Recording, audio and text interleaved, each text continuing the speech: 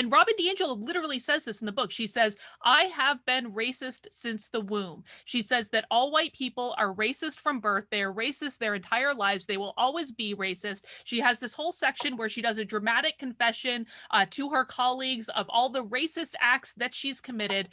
This is the Bible of like, you know, pop culture critical race theory. It's used in trainings everywhere. And to some of the points that were made about systemic racism and teaching that America is a fundamentally racist country, that's, you know, that is manifest in this book. It says all white people everywhere are racist. They do not do anything to help people who are not white. And just to add one more note about that is it's, you know, it's presented as this scholarly work, but if you look in the work, there's actually very limited scholarly references. It's not backed up by anything. Some of the chapters have no scholarly references at all, and it's just based on what has come out of Robin DiAngelo's head and onto the page.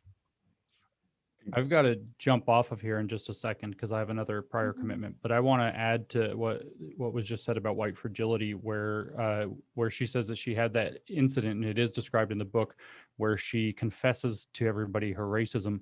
This is actually something that's kind of a mainstay in these critical race theory based trainings. When I mentioned the Brown fragility training a moment ago, they often do force people at work to confess to their colleagues about their racist intent, which then you can imagine how comfortable people are working in that environment after that point. You've now had a number of people who, all of whom maybe that are not Black or that are willing to participate in this, have to be forced to confess to their colleagues, yeah, by the way, I was secretly really racist my whole life, and I kind of still have some racist thoughts, and see you at work tomorrow. I've heard so many people tell me that that's absolutely toxicified their working environment.